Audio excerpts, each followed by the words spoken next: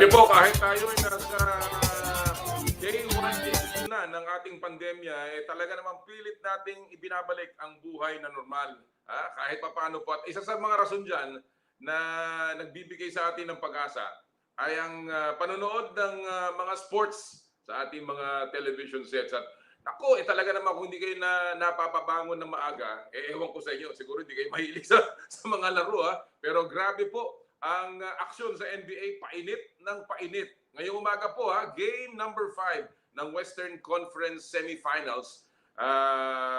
Ang laban po ng LA Clippers at saka ng Denver Nuggets. Kahapon, nanalo ang Los Angeles Lakers. Lamang na po sila ng 3-1 sa Houston Rockets. Ngayon naman, ang Clippers po ay lumalamang sa Nuggets sa score na 54 to...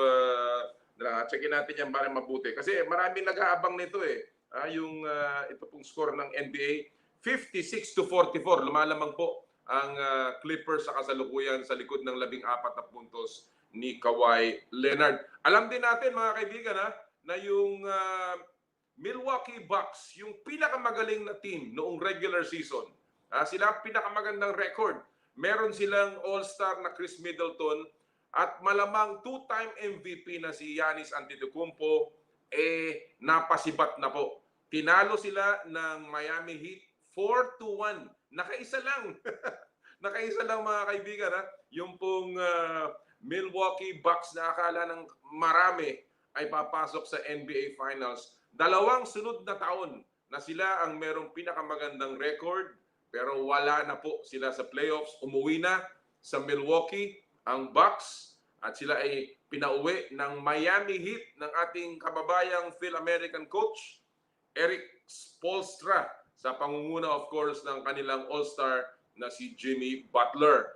So ang Miami Heat po ay nasa finals na ng Eastern Conference. Inaantay na lang po nila yung laro mamayang alas 9, Game 7 ng Toronto, ang defending champion ng NBA, at ng Boston Celtics na naghahangad na makapasok sa kanilang ikatlong conference finals sa huling 4 na taon. Naku, talaga namang pagkarami-rami pong mga kwento na ating pag-uusapan ngayong araw pong ito. Isa pang kwento mga kapatid sa labas naman ng court dito sa ating Pilipinas, kagabi lang na ito pumutok. Mukhang hindi na po magko-coach si Coach Louie Alas ng Phoenix Fuel Masters. Mukhang nagdesisyon na po ang management ng Phoenix na hindi na po i-renew si Coach Louie Alas. At meron na po silang bagong hinirang na interim coach, si Coach Topex Robinson. Ako, talagang mainit na balita, mainit pa lang yan.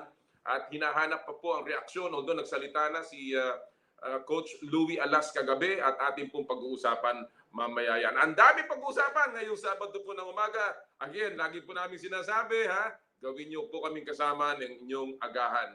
Magandang umaga po sa lahat ng ating mga kapatid sa Radyo 5, 92.3 News FM, sa Channel 1PH, or rather 1PH, Channel 1 sa Signal TV, and of course, ang ating live stream sa Facebook Live at sa Power and Play with Noli Iyala at sa ating YouTube channel, the Noli Iyala YouTube channel. Pwede niyo po ako sundan sa social media, sa Twitter at sa Instagram, Noli Iyala lang po, ganun kasimple. Magandang umaga po mula sa Power and Play. Hatid sa inyo ng Big Boss Cement, Big Boss na tatag, Big Boss na tibay, at ng Cherry Loom, ang yerong may aluminum. Of course, mga kaibigan, tuloy-tuloy po tayo sa ating mga kwentuhan mamaya. Marami po tayong kakusapan pero kakaiba ang ating show ngayong araw pong ito. Hindi naman masyadong basketball ang ating tututukan. Yung iba naman pong mga sports, lalong-lalo na ang martial arts. Mamaya po makakausap natin ang 2 alumni ng legendary stable na Ala Boxing Gym. Si Prince Albert Pagara at saka si KJ Cataraja. Makakausap po natin sila at kung ano ang kanilang naging mga karanasan, mga alaala doon po sa nagsarang Ala Gym. At mga leksyon na naituro nila Mr. Tony Aldeguer at ni Mr. Mike Aldeguer. Mamaya po yan Makakasama rin po natin mamaya 2 runner na ating pong inaantabayanan. Sila po ang mga bagong kasama ng Philippine National Track and Field Team na sila Said at Yasin Germali. Mga Phil-Moroccan po yan na sa kasalukuyan ang kanilang time panlaban na sa Southeast Asian Games. Mamaya po yan sa ating second hour. Mamaya rin po pag-uusapan naman natin mga bagay-bagay tungkol sa mental health issues ng mga atleta. Makakasama po natin si Dr. Rodel Canlas ng Philippine Sports Commission. And mamaya rin, mixed martial arts naman ang ating tututukan. Mark Streigl, ang Phil-Am na ating kababayan na ngayon po ay magde-debut sa UFC doon po sa Dubai. Nako, pag-usapan natin ang laban na yan. Pero of course, bago tayo magsimula sa ating show, lagi po nating sisimulan ang ating palatuntunan sa pamamagitan ng ating Pulso ng Bayan. Nako, ito po ang ating tanong. Kasi alam niyo po, recently, naglabas na po ang IATF ng panukala o ng order na pinapayagan na ang mga collegiate athletes na mag-practice. Ito po ay subject na lamang sa mga patakaran na ilalabas ng kanilang mga liga at ng CHED. Of course, kasama na po dyan ang PSC. So ang ating pupulsahan ngayon, samahan nyo kami dito Tama bang payagan ang college athletes na mag-practice na kahit ang iba sa kanila ay below 21 years old o minor de edad? Alam naman po natin na hindi po lahat ng tao ay pwede pa rin lumabas sa kasalukuyan. Yung pong high-risk individuals katulad ng 20 and below at yung mga 60 and above, yung mga senior citizen, ay hindi pa po pinapayagan ng ating gobyerno na masyadong lumabas except for essential services. So, tama ba na payagan ang collegiate athletes na mag-practice na kahit po sila ay below 21 years old? Kung gusto niyo pong makilahok sa ating Pulso ng Bayan, mag-text lamang sa 0949-691-4956. Ulitin ko po yan 0949-691-4956 o di kaya sa aming Facebook page, Power and Play with Noli Yala, at sa Facebook page ng Radyo 5,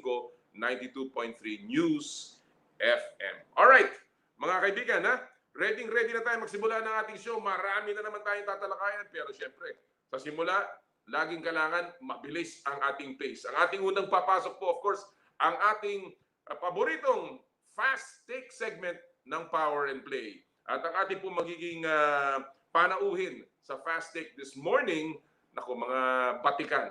Talaga namang batikan. Kung meron pa pong talagang nakakaalam na mga laman ng balita, ito pong dalawang ito. Unahin ko na po ang editor-in-chief ng Inquirer Sports. Walang iba. Ano rin siya? Host din siya dito sa atin sa Signal TV. Si Francis Ochoa. At of course, makakasama din natin ang batikang sports host and journalist columnist Bill Velasco. Magandang umaga, Francis. Magandang umaga po. Morning. Good morning, Bill. Good to see you. Matagal na tayo hindi nagkakasama-sama. Mukhang Francis, nagpahaba ka na ng Quarantine look yan. Iyon. Bill, kamusta? Last week dapat kasama ka ni Miko pero may emergency ka daw. Everything okay? You're safe? Everything's okay, Com. Yung timbang na lang natin ang may problema. Yan. Yan. Kaya lagi tayong mga nakaitim para hindi nakikita. Alright. Now, before I go to fast take, and again, thank you for joining us today. Alam naman namin napakahirap bumangon pag Saturday morning, but thank you for joining us. Again, this is the time where we bring out all of the journalists, the sports media, to give their own takes on what are the issues currently burning in and around sports. But before I go to that, let me ask you first. Unahin ko muna si Francis kasi alam naman natin na si Francis is nakatutok sa balita. Francis, alam natin na sabihin na natin, sinisante na si Coach Louie Alas ng Phoenix. Ano bang nabalitaan mo dito? Bakit? Ano ba nangyari dito, Francis? Well, we're not sure exactly what happened. No? Siyempre, maganda yung performance niya nung All-Filipino. Tapos, lately, he's been coming up with kung ano yung plans for the team kung sakaling ma-restart. No? So, everyone I'm as surprised as you are, no, kung ano talaga nangyari. Nag-message ako sa kanya kagabi, but was more of kumusta lang, kung anong balita. Sabi naman niya, okay lang siya. So, looking forward to kung anong opportunities will come his way. So, ngayon, inaantabayan natin kung ano talaga yung backstory nito. Kasi, of course, alam naman natin na galing siya sa isang suspension, no? Baka related din to baka related doon yung coaching change. So, at right now, yun ang tinitingnan namin na pinaka most viable na reason or what kung bakit nangyari itong development na to. Well, marami talaga nagugulat dito sa nangyari kay Coach Louie dahil alam naman natin, sabi mo nga, napakaganda ng kanilang performance. They were #1 seed ng All-Filipino. All-Filipino, oo. And then all of a sudden, of course, nagka-problema sila with the loss of Calvin Abueva. Pero hindi entirely, of course, in the hands of the coach. But sabi nga natin, pag may nangyayaring mali, laging ang unang nakikita ng management ang coach. And I think Bill knows that very well. But Bill, on your part, let me just ask you, meron kaming pinupulsuhan dito, and I know that you've always been very involved in collegiate sports, in amateur sports, and all the many other athletes that have been performing. But nagkaroon na ng patakaran ngayon ng IATF na payagan na ang collegiate athletes to play. Even though, alam natin, some of them may be below 21 years old. What do you think about that? Well, alam nyo, if life has to go on, no? We've been at this for, 6 months already. And I really think that it's about time that we find a way to resume. Kasi hindi naman pwedeng panay-panay palagi na lang ganito. No? Kailangan matuloy din ang buhay natin. At kailangan din ng mga taong bayan niya na may napapanood sila, may inaasam sila, may hinahangaan sila. Sa tingin ko, tama lang naman na panahon na kasi magsisimula na rin ang pasukan, nagsimula na sa ibang paaralan. So, kailangan ng gawan lang ng karampatang safety procedures. No? Anong protocol ninyo? Will they be testing the athletes because that's very expensive? How do they protect the athletes? Of course, syempre alam naman natin wala na mga live audience ngayon. But the athletes still have to do something. At syempre may kapalit yan. Kapalit yan yung edukasyon ng atleta. Kung wala silang sports competitions, para saan pa yung scholarships nila? So we have to really address the safety protocols. At syempre, sa tingin ko, kailangan din kasama dyan yung mga magulang. No? May isa pa tayong issue pag-usapan siguro maya-maya na where are the parents in all of this? Yeah. Kailangan din mas aktibo, mas involved talaga yung mga magulang kasi mga anak nila yan. And technically, according to the IATF, if you're below 21, then you're not allowed to go out. So, ibig sabihin, for the IATF, iba yung age of majority. Right. Kaya, siguro tingin ko kailangan pag-aralan mabuti yan, pag-usapan mabuti yan, at kailangan kasama dyan yung mga magulang. Balanse lang talaga. Napakahirap ng panahon natin ngayon. But tama ka, Bill, no? Hindi naman tayo pwedeng magtago na lamang sa ilalim ng bato sa buong pandemya na ating nararanasan ngayon. Alright, at this point, pasimula na tayo. This is our fast take. Itong segment na to, we give you guys a minute to discuss particular issues, mga hot topics and burning issues ng ating mundo ng palakasan, no? Sabi nga namin dito, ito ay opinion niyo. Walang dapat mapikon at bato-bato sa langit, tamaan, huwag magagalit. So, ready na ba si Francis at si Bill? Ito na. Ready. Fast take. You got 1 minute. Ang una nating issue, sapat na ba ang UAAP ban kay Coach Aldin Ayo para matuldukan na ang issue ng Sorsogon Bubble? Alam naman natin na nagpataw na po ang UAAP ng kanilang desisyon. So ito ba ay sapat na para tapusin itong issue na ito? I will begin with you, Francis. You have 1 minute. Go! Ako for me, siguro hindi pa. I think we should look also sa kompletong surroundings, no? Ano nangyari, bakit na-reach yung decision na to, para dalhin ang isang buong team kasi sa isang probinsya na mag-bubble training, kailangan maraming involved dito. Hindi lang naman siguro si Aldin Ayo ang nag-decide nito. Siguro tignan din natin kung meron bang responsibility yung school, no? Kung may dapat pa silang nagawa, nakita, or kung ano man yung mga nagawa para na-prevent sana to. Pangalawa, ihabol ko lang, kailangan din natin alamin kung meron pa bang ibang mga eskwelahan na gumawa nito, no? Kasi meron mga reports na meron ding mga ibang schools na nag-training somehow. So, kailangan maungkat lahat to kasi health ng mga young athletes at risk dito. So, we need to find out kung ano talaga yung nangyari.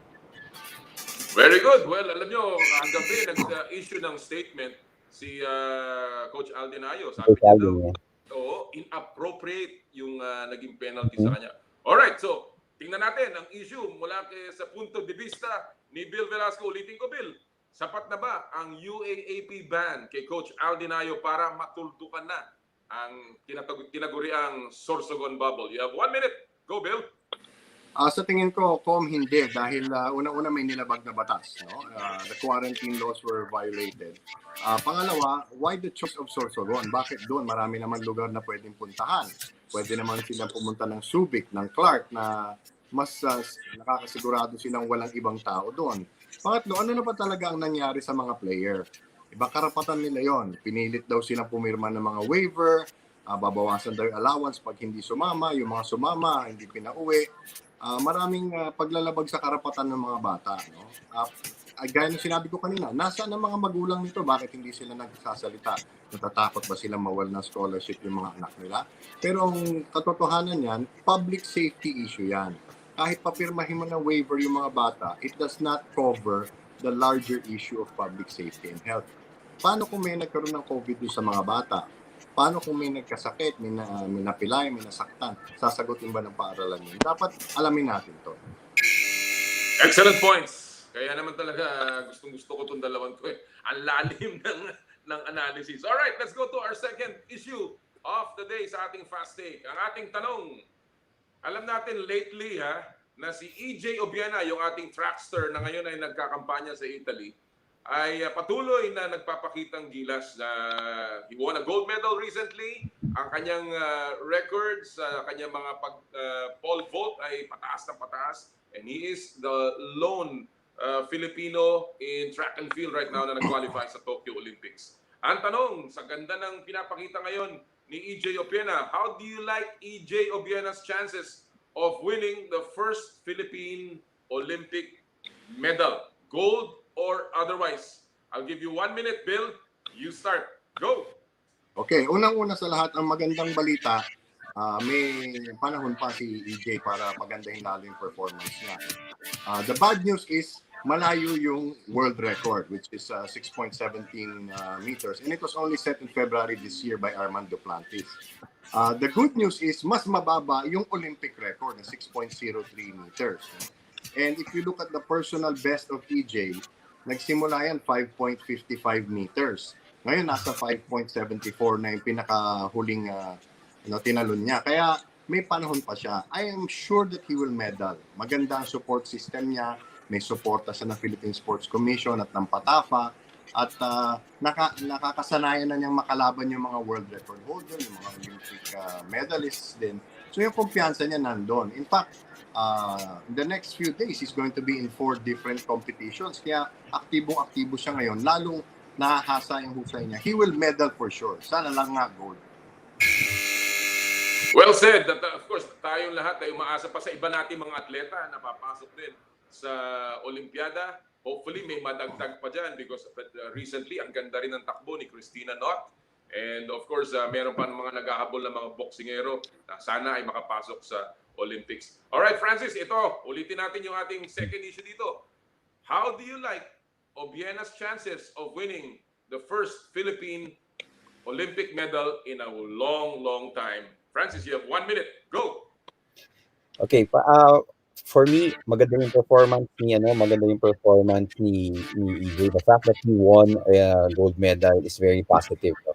Saka, ang maganda kasi dito, hindi lang to basta-basta kung ano mga tournaments, yung mga competitions that he is joining. Kasama niya, yung mga taong makakalaban niya rin eventually sa Tokyo. No? So, winning medal, hindi pa importante ngayon kasi syempre, it doesn't matter what he does now. What matters is what he does pag nandiyan na yung Olympics. No? So, pwede niyang i-sweep yung mga gold medals na yan, pero pagdating sa Olympics, delikado din. No? Kasi everybody naman, yun ang ini-aim, yung Olympics. Eh. But ang importante lang kasi dito, Com, is that yung confidence niya na-build No? So it doesn't, malayo pa man siya sa target. No? Sabi nga ni Bill, malayo pa talaga. But at least, yung confidence niya nabibuild. Pero like sabi rin ni Bill, no, let's not put too much din na weight on what is happening today. Ang importante, he has time to build up for Tokyo. Terrific. Alam naman natin yung mga centimeters na yan. Bago mo makuha yan, you've got to have perfect conditions and a perfect performance just to make a few centimeters up doon sa yung itinatalon o nilulundag. Alright, let's go to our third and final take of the day. And ito, maganda to. Kasi mainit at ito'y pag-uusapan mamaya. Ito na. Ngayong araw pong ito, ang Game 7 ng Eastern Conference Semifinals between Toronto at Boston. Ang tanong, Raptors ba o Celtics? 1 minute, Francis. Go! Mahirap sagutin yan for me kasi 1986 pa lang, Boston fan na ako. Medyo emotionally invested ako dito sa series na to. No? But, siguro, my heart will always be for Boston. Boston, baby, ganyan talaga. No? I think they have a young core na maganda. No? Sina Jaylen Brown, sina Jason Tatum. Maganda yung core nila. So, and they've been really very impressive sa bubble. No? Kaya lang ang hirap i-discount din ng ng Toronto. People have been doing that the entire season dahil nga lumipat na si Kawhi, no? So parang sinasabi nila wala na to, and every time na lang sinosorpresa ng Toronto yung mga skeptics, no? They were down 0-2. Remember, they were down 0-2 in this series and then they bounced back, no? So I think my heart says Boston, pero the way things have been going, momentum, especially defending champion siguro ang ang lamang sa Game 7. Wow! Talagang kumontra sa puso, Francis, Mahirap yun pero ganun talaga. Ng puso, well, alam naman natin ang ginawa ng Toronto last year. They were down 0-2 sa Milwaukee. Oo. Diba? And they came back, sila doon, nag-apat na sunod laban sa Milwaukee to make the NBA Finals. No? So, you have a point there, but of course, ang puso, iba pa rin yan. So, Iba pa rin, Bill, Raptors or Celtics? Bill, you have 1 minute. Go! Okay, kung susumahin natin, kung pag-aaralan natin so far the series, Toronto has not shot well. Overall, they have not shot well. They've had some good streaks going.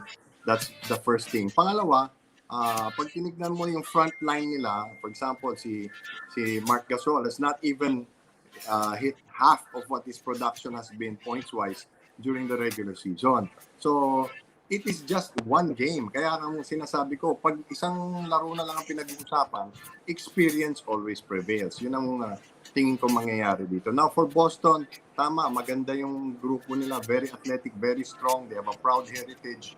You know, they have performed above and beyond expectations. This will be, I think the third time in 4 years that they have reached this position. Pero may injuries naman pinag-uusapan. No? Of course, they're playing some Williams is doing well off the bench. Pero sa tingin ko, at the end of the day, the Toronto Raptors have been there and they can do it again. Wow! 2-0! Dito sa usapang ito. Well, I'll give my own. I've said at the start of the series, it will be Boston. They were up 2-0. I still said it was going to be Boston in 7 games. And it's all because I think at the end of the day, you need a go-to guy dito sa Game 7. And I think mas marami ang Boston kaysa sa Toronto. I still don't believe that Pascal Siakam is an alpha dog. Kyle Lowry is there, but he has failed them sa mga ibang panahon. But again, it's very evenly matched at maraming magagalit sa akin ng mga kaibigan kong tiga-Toronto. But I will go with Boston in 7. Guys, it's been a wonderful morning. Maraming salamat. Francis, go ahead. Magdilang anghel ka sana. Puso pa rin, puso. Puso pa rin. Kesa sa puso, mas maganda yung dilang anghel. Alright. Bill Velasco, Francis Ochoa, maraming salamat. Good luck and I hope to see you around again. Salamat and thank you and good morning. Good morning. Yan po mga kaibigan, ang ating mga kaibigan ng sports columnist and host si Bill Velasco at ang editor-in-chief ng Inquirer Sports si Francis Ochoa. Alright, mga kaibigan, before tayo mag-break, magbe-break lang tayo, no, sandali, before we go to our second interview or our second guest. Gusto ko lang pong bumati sa may bahay ng aking kaibigan at ang ating kasama dito sa Power and Play, si Mr. Elmer Go. Ang kanyang wife is celebrating her birthday today, si Yvette. Happy birthday, Yvette. We hope that you will have a wonderful day ngayong araw na to, ha. Mula yan sa iyong butihing may bahay at talaga namang love of your life, si paring Elmer Go. Alright, mga kaibigan, we will take a quick break. Mag-news update lang po tayo. Sa ating pagbabalik, we will have Mark Streigl ng ang ating Phil-Am fighter para sa UFC debut niya in just a short while. Ito po ang Power and Play. Hatid sa inyo ng Big Boss Cement at ng Cherry Loom.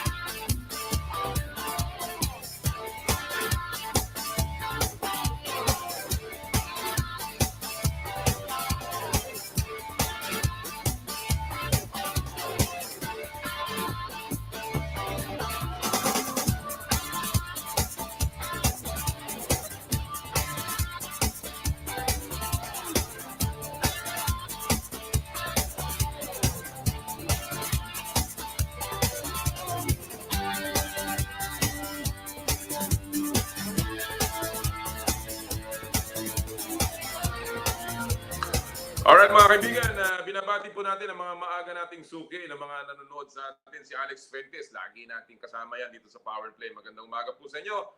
Good morning po, Com Noli. Happy weekend po sa inyo. Be safe watching here mula sa Bacolod City. Magandang umaga po sa lahat ng mga nanonood sa Bacolod City.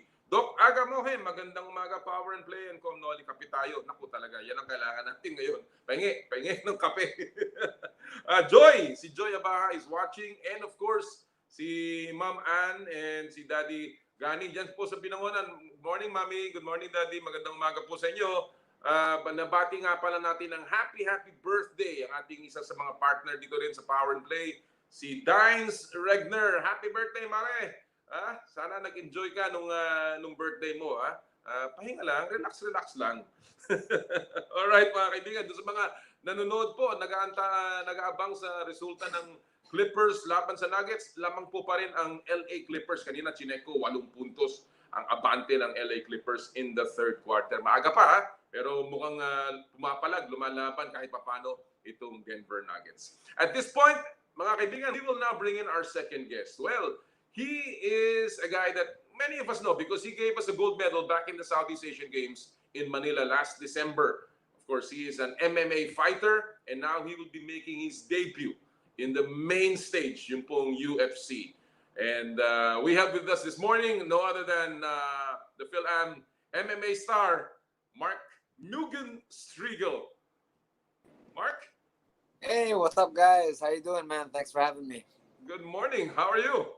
Good. It's morning over there. I'm in Las Vegas, so it's 5:30 p.m. right now. All right. Well, that's good. It's good to see you. Thank you, Healthy and looking really good. We know what happened to you just a month ago,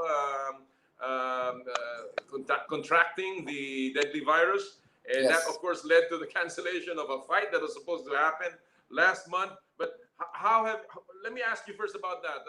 How are you coping? How have you taken extra care this time, Mark? Yeah.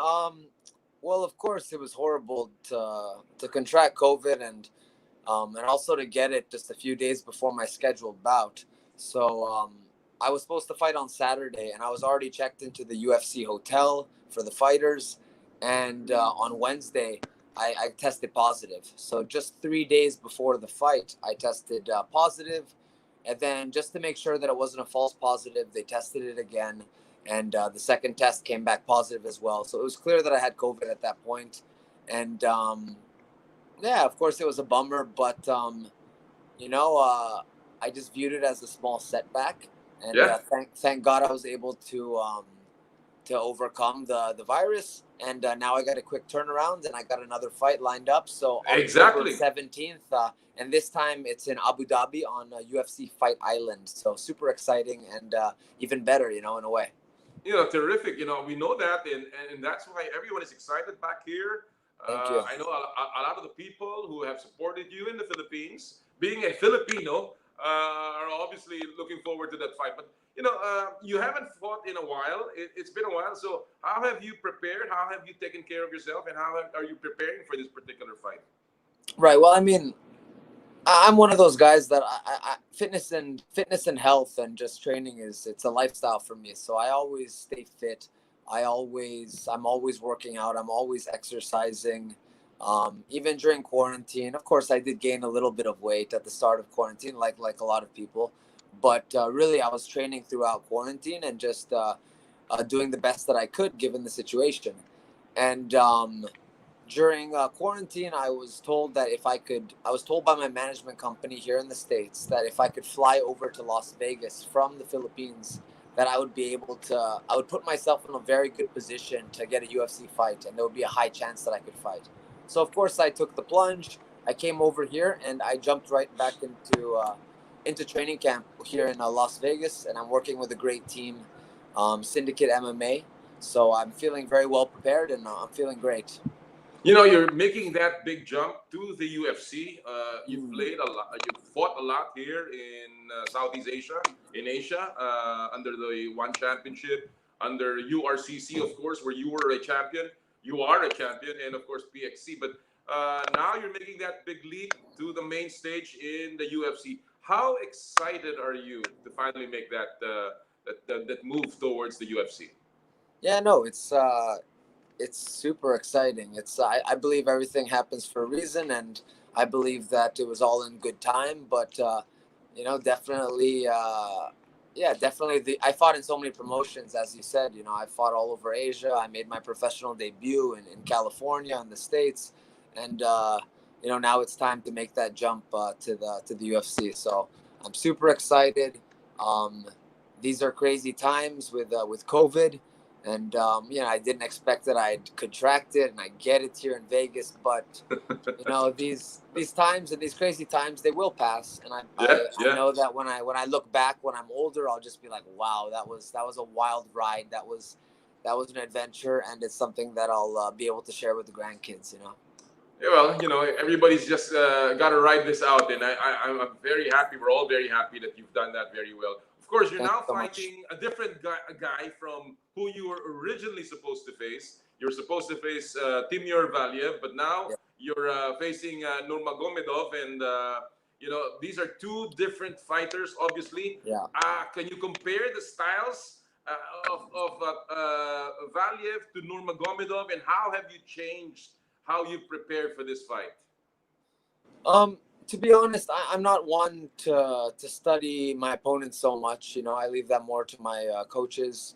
I watch their fights a little bit right when the match is made and I sign the contract, and then the rest of it I leave to the coaches. I try to worry about myself and what I want to do in the fight, and just be aware of some of their techniques. Mm-hmm. But they're both Russian, so I guess I was destined to fight a Russian fighter. And they're both tough guys, so it's gonna be a good fight. It's gonna be a war. Yeah. I've seen the record of Nurmagomedov, and he's a guy that is very patient in the way he fights. He's won a lot of times with the armbar, and obviously that's something that you are preparing for. But when you look at your own style, as you said, you're concerned about the way you're preparing yourself for this one. From your last bout with Shimizu, where you had a no contest, what are the areas that you feel you needed to improve on, and which you've worked on in this last couple of months? Yeah, I mean, as an MMA fighter and a martial artist, it's just about improving every single day. It's about literally improving every single day and just becoming better in everything. So I've just been working on everything. And the Shimizu fight was a long time. I mean, that was last April. Unfortunately, it ended in a no contest because he chose the easy way out of a fight, to be honest. Yeah. I've never seen a fight stopped by a groin strike, actually, in my life. And I know that he could continue because he didn't go to the hospital, and he was seen partying 1 hour after the fight, drinking. So I know he chose the easy way out. That's just the reality. But I stayed active. I fought in the SEA Games. I fought in Combat Sambo in December, and that it's very close to MMA. We're just wearing the gi, which is a different element. But I've just been training very hard, and I'm fortunate that I'm training with a very good team here in Las Vegas, and I have a lot of good training partners coming through. I've also been able to train at the UFC Performance Institute, which is it's a center for UFC fighters where they have great training equipment. It's a world-class facility. They have recovery equipment, cryotherapy, all sorts of great stuff. So I've been going there too, and I've been getting a great training here in Las Vegas. Yeah, when you look at this fight now, you'll be fighting in Dubai, in UFC Fight Island, and that should be really interesting. Is it going to be your first time in Dubai, in the Middle East? It is, actually. So I'm kind of excited. I've heard.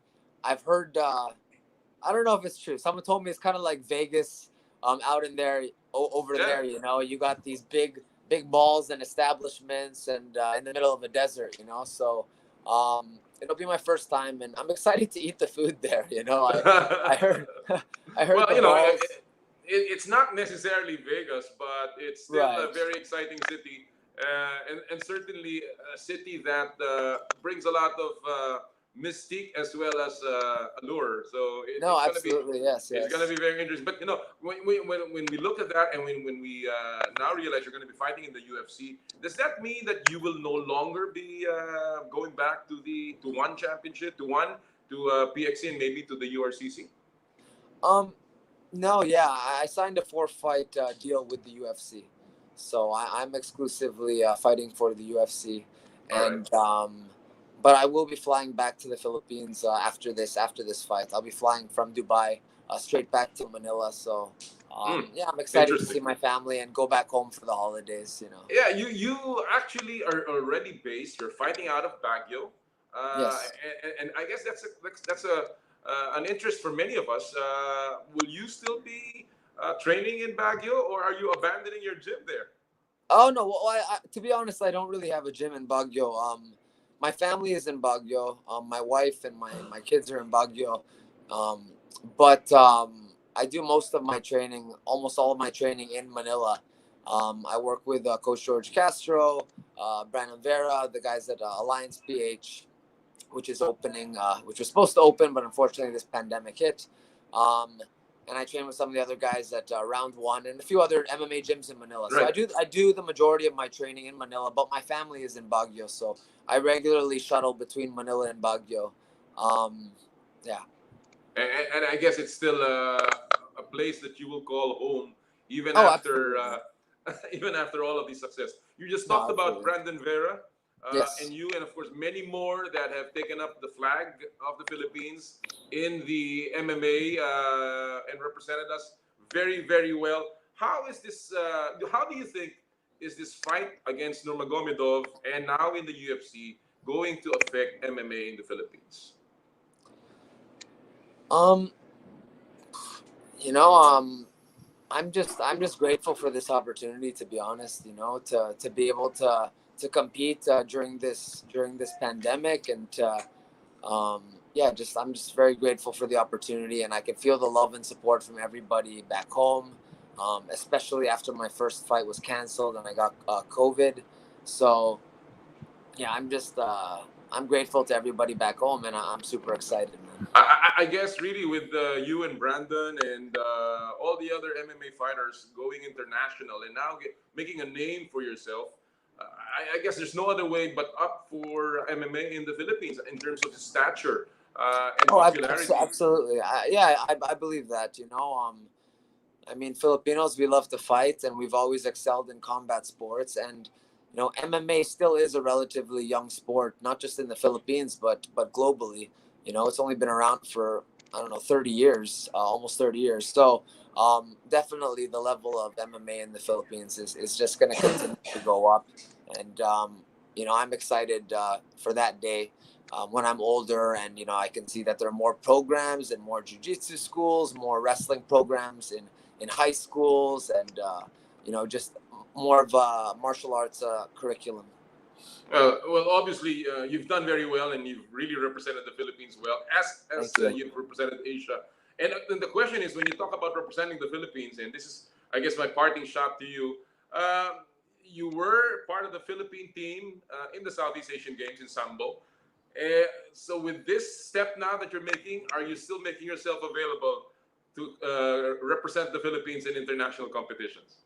Oh, absolutely. I'm still a national team member for the Combat Sambo team, and that is something that I'd like to continue to do. You know, there are no competitions right now planned for Sambo because of this because of COVID, but definitely I plan to continue my representing the country in the realm of Combat Sambo and also in the UFC. So, well, we were looking forward to that. We're looking forward to more gold medals, but more than that, we're looking forward to the great fight against Said Nurmagomedov. Thank you so much. So why don't you invite everyone just before you go, Cool. Mark? Yeah, hey guys, please watch my fight. It's October 17th, UFC Fight Island in Abu Dhabi. It's going to be a crazy fight, and you can follow my journey, guys. My UFC journey, traveling from Baguio all the way over to Vegas. You can check that out on my YouTube channel, Mark Mugen, and also on my Instagram, Mark Mugen. So thanks, guys. God bless. Stay safe and stay healthy, everybody. Stay well, Mark, and good luck. And Thank you, sir. Thank you. bring home the win. Bring home the win We'll for get us. the W. Thank you. Thank you. Thanks so much. Take Yan care. po mga kaibigan, Mark Streigl. Yan po ang ating nakasama ngayon pong araw na to. Yung ating MMA fighter and of course Southeast Asian Games gold medalist sa combat sambo. Nako, talaga exciting. October 17, huwag niyo po kalimutan yan against Said Nurmagomedov. Kapatid yan o brother pinsan ni Khabib. Si Khabib Nurmagomedov, ako napakagaling na fighter nun. At yan po ang mga kalaban ni Mark Streigl. Alright, pinag-uusapan ang laban Alright, last week or a couple of weeks ago, yung pong Ala Boxing Gym ay nagpaalam na. Ating nga pong tinalakayan dito sa Power and Play. At ito po yung isang gym na talagang nag-produce na napakaraming kampyon. Donnie Nietes, Milan Melindo, napakarami po niyan. At of course, gusto natin malaman, ano ba talaga ang sikreto ng Ala? Bakit ganun na lamang ang pagmamahal ng mga boksingero sa kanila? And of course, yung kanilang produkto na nilalabas mula dyan sa fabled Ala Boxing Gym. Nakausap po natin ang mga alumni, ika nga ng Ala Boxing Gym, ang number 7 WBO ranked at si Prince Albert Pagara at ang batang-bata pero undefeated na si KJ Cataraja. Ito po ang ating panayam sa dalawang boksingero. Sana ngayon, alam naman natin na ilang linggo nakalilipas, nag-anunsyo ang inyong dating stable, ika nga, yung Ala Gym, no? Yung Ala Boxing Gym ni Sir Tony Aldeguer at ni Boss Mike Aldeguer, na sila ay magsasara na dahil nga sa nangyaring pandemya at yung pagkakasara sa isang network na kung saan natigil ang kanilang operasyon. Unang-una, gusto ko malaman, nung narinig niyo ba itong balitang ito, kayo ba ay, ano ba naging reaction niyo, Albert? Alam niyo na ba na ganun ang plano ng Ala Gym, Albert? Sir, unang-unang reaction nakin na parang na-shock ako na promotion. Then sir, nagpapasalamat din ako sa Ala Promotion kasi kung hindi dahil sa kanila, hindi ako nakilala sa buong mundo, sa buong Pilipinas.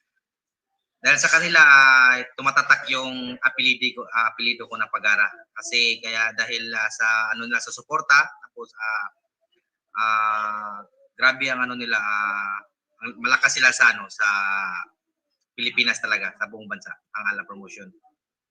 KJ, ikaw, paano mo nalaman yung balita tungkol sa pagsasara ng Ala Gym? Nung una po kasi sir, syempre nung una sir, parang hindi ako naniniwala kasi doon na parang hindi ko makapaniwala sir, tagal-tagal na nila sa boxing tapos ganun lang. Nag-confirm si sa akin na talagang i-release na daw kami yun. Syempre, masakit sa akin din sir. Oo, talagang parang kumbaga tahanan na ninyo yan ng pagkatagal-tagal. Now, gaano ba kayo katagal sa Ala? Alam ko ikaw, KJ, medyo recently lang, pero ilang taong ka rin inalagaan ng Ala Gym? Nag-start ako doon sir way back 2006. I was 9 years old. Doon talaga ako nag-start ng basic sir until na-discover ako. Doon ako sir, parang loyal talaga ako doon sa Ala sir kasi maraming nagkuha sa akin na ibang mga gym dati na pwedeng mas malapit pa din sa amin, pwedeng sa akin mag-inganyo. Kaya ayun, napamahala din ako sa Ala sir kasi nandun yung parang second home ko na din nun sir. Oo. Ikaw naman, Albert, gaano ka katagal, gaano kaaga nung ikaw ay napailalim sa Ala? Kayong dalawa magkapatid ni Jason. Una yung kapatid ko si Jason, matagal siya sa Ala kasi umuna siya sa akin sa Ala Boxing. Kaya ako sumunod na ako mga 14 years old. Ako sa Ala Boxing. Oo. Paano ka ba na-discover ni Boss Tony? Paano kayo napunta sa kanilang stable, Albert? Nung una, naglaban ako ng amateur national sa Cagayan de Oro, tapos pumunta si Tony Aldeguer doon, yung namin. Tapos tumingin sa laban, tapos nakita niya akong lumaban, kinuha ako. Pinapunta ako sa Cebu. Pinapasunod niya ako dito sa Cebu. Nung dumating ka dyan, ano ang una mong impression dun sa pagdating mo dun sa mismong ala gym? Siyempre, unang-una, masayang-masaya sir kasi dahil sa kilala ang ala gym sir, ang ala promotion kilala sa buong mundo. Tapos napasok ko sa kanila sa promotion nila. Then lumaban ako ng amateur teen fight ko diyan sa sa ala promotion eh. Teen fight din tapos nag first debut ako sa 15 years old. Well, talaga namang kilalang kilala si Tony Aldeguer at ang buong ala boxing gym sa buong mundo. Kaya naman maraming mga boksingeron talagang gustong pumunta sa kanya. Ano yung tinuturo ng mga Aldeguer sa inyo nung kayo ay naroon sa kanyang boxing stable? Unang-una sir, grabe talaga yung pagturo sa amin ni Sir Ala.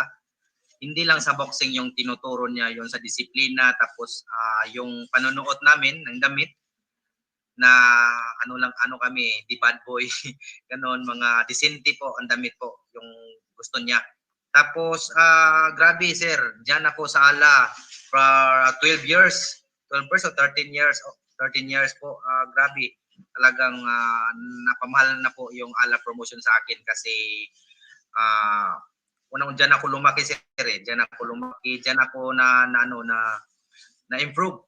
Tapos sir, una sa mga nagpapasalamat unang-una ko sa sa ala promotion talaga kasi dalawa kami magkapatid si Jason eh. Nung una yung sumikat yung putol ko si Jason Pagara tapos ako yung sumunod.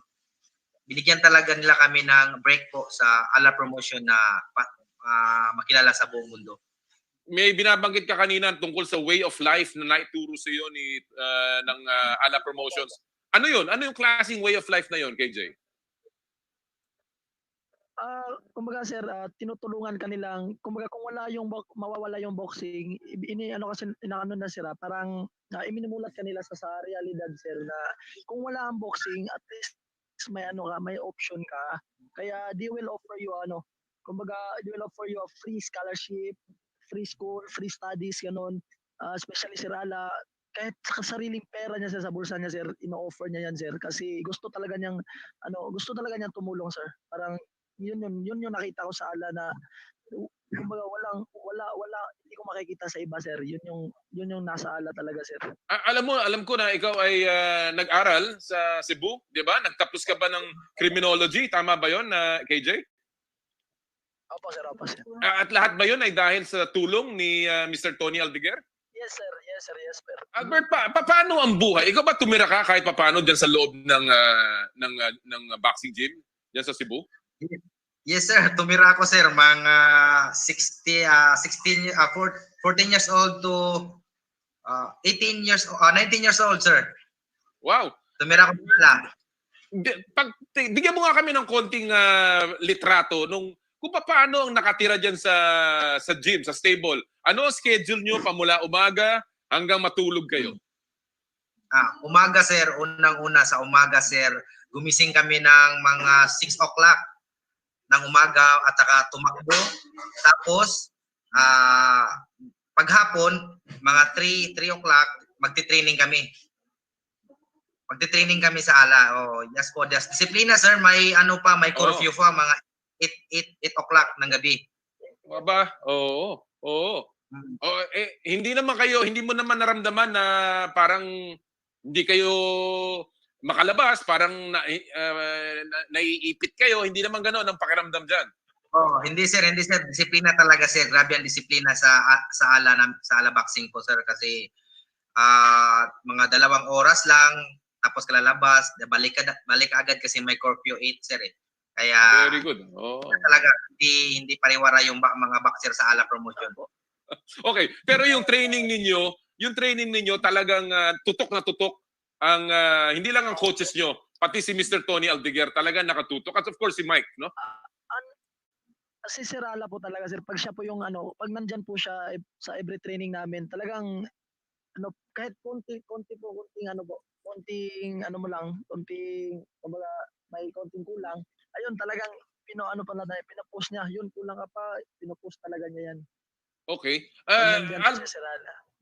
Albert, anong mga hindi mo makakalimutang mga karanasan doon mismo sa loob ng ala boxing gym sa Cebu? Anong mga hindi mo makakalimutan dyan? Magbigay ka ng isa o dalawang ehemplo na talagang nakatatak na sa isipan mo. Hindi ko makakalimutan, sir, yung saya talaga, sir, pag may laban kasi kahit saan, kahit pumunta kami ibang bansa, grabe, sir, ang saya kasi kami talaga lahat tapos mga mga coaches, saka yung si Sir Ala ganun, magsasalita-salita ganun. Grabe ang saya-saya talaga, sir, sa ala boxing. Yun yung hindi ko malilimutan sa kanila. Ikaw KJ, anong hindi mo makakalimutang eksena diyan? Syempre po yung kulitan ng bawat isa nandun po, yung especially yung talaga iba-iba talaga nun kung parang nasa parang sir, kung may compare ko parang PBB house, sir. Parang, Maganda 'yon, ha. Parang nasa iba-ibang kulitan 'yan sa amin. Mukhang napakasaya. I mean, marami na ako nakausap na talaga namang hangang-hanga sa nagawa ni Sir Ala, ni Boss Tony diyan sa kanyang gym. At marami na siyang produkto na nagpapakita kung gaano kagaling na promoter, manager, trainer ang Ala. Pero sa inyong dalawa, personal ninyo, ano ang mga aral o leksyon na inyong nakuha mula sa Ala? Albert, ano ang pinaka-importanting aral na naituro sa inyo? Albert? Noong una, sir,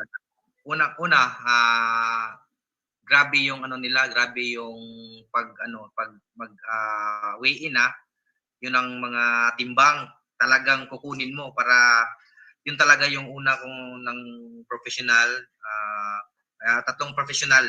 Hindi ko nakuha yung timbang ko, kaya galit na galit po yung hala promotion namin. Kaya talagang yun ang unang-una kong saklap sa buhay, yung hindi ako nakuha ng timbang kasi grabe ang galit ng promotion namin, ng hala promotion. Yun yung napakasakit po sa akin. Pero kung merong leksyon na naituro sa iyo ang Ala, sa buhay mo, personal, hindi lamang sa pagiging boksingero, ano yun? Yes. Ang turo ng Sir Ala ko, yung hindi lang sa boxing, turo nila pundar ng mga gamit saka yung bahay. Mahalaga talaga yung pagpupundar. Ikaw naman, KJ, ano ang siguro personal na leksyon na nakuha mo sa pamnanatili kay sa Ala? Number 1 po yung disiplina talaga. Grabe po si Sir Ala sa amin po yung disiplina talaga, and yung humility po, yung down to earth. Yun po yung nakuha ni Donnie Nietes kay Sir Ala. Din po yung gustong-gusto kong sir, gustong-gusto at hindi ko malilimutan na aral na nakuha ko kay Sir Ala. Yung naiba kami ng gym, kahit anong promoter yung dumating sa amin, talaga Sir Ala po, hindi po yun na malilimutan. Pambihira talaga yung mga pananalitang yun. At yun ay magagamit nyo kahit saan kayo pumunta, kahit anong edad, na talaga naman yung pagtanaw sa pinanggalingan. Yan ay napakahalaga. Okay, pinag-uusapan yung pinanggalingan. Pag-usapan natin yung pupuntahan ninyo. Ngayon na masama man, unfortunately, wala na ang Ala, alam naman natin patuloy ang inyong karir. Unahin ko muna ikaw, Albert. Alam naman natin na itong 2020 dapat magiging busy ka talaga. Maraming mga pagkakataon at alam naman natin na halos hinog ka na. Bagamat medyo nagkaroon tayo ng malas doon kay Cesar Juarez, pero mukhang handang-handa nang bumalik ulit. So Albert, ang balita, ikaw daw ay malapit ng pumirma ng isang kontrata sa isa pang promoter. Totoo ba to? Sir, unang-una, okay na nag-negotiation kami sa MTK promotion sa Dubai. Mm-hmm. Tapos, sa ngayon, nakapira na ako, sir, sa MTK promotion. Wow! So, MTK Global Promotions, yan ang hawak sa iyo ngayon? Yes, sir. Siya yung humahawak sa akin ngayon. Ikaw ang parang isa sa unang Pilipino na hahawakan ng MTK. Ano ang plano para sa iyo ng bago mong promoter? Anong plano mo, Albert? plano nila sir, kaya ngayon ako naghanda ako sa training dito sa sa Pilipinas kasi may laban ako sa December 5. Tapos inatras ko yung December 5 kasi parang malaki-laki pa ako. Tapos magre-reduce pa. Baka sa mga January yung laban nila kasi madali silang magbigay na laban sir eh. Okay. Kaya pag ako, binigyan ako ng laban. Bakit mo napili ang MTK, Albert? Kasi sir, unang-unang MTK, malapit lang sa top rank promotion sir eh. Tapos sila yung nasa MTK promotion sila ni Tyson Fury, si Carl Frampton. Yes, yung So, mga iniidolo mo. Oo, mga gusto mo makasama. Oo. MTK promotion. Mga sikat na sikat, ika nga, di ba? Oh, very good. Well, Tapos sir, una, magandang plano nila sa akin. Para sa akin, para sa career ko, maganda yung plano nila. Well, we certainly wish you the best. Alam naman natin na may track record yan. At sana nga, mabigyan ka ng pagkakataon. Ikaw naman, KJ, ang bali-balita, at napalathala na to, is ikaw daw ay nagpaplanong pumunta sa Japan. Ano ang latest dyan, KJ? Sa ano po ngayon, sa ngayon po,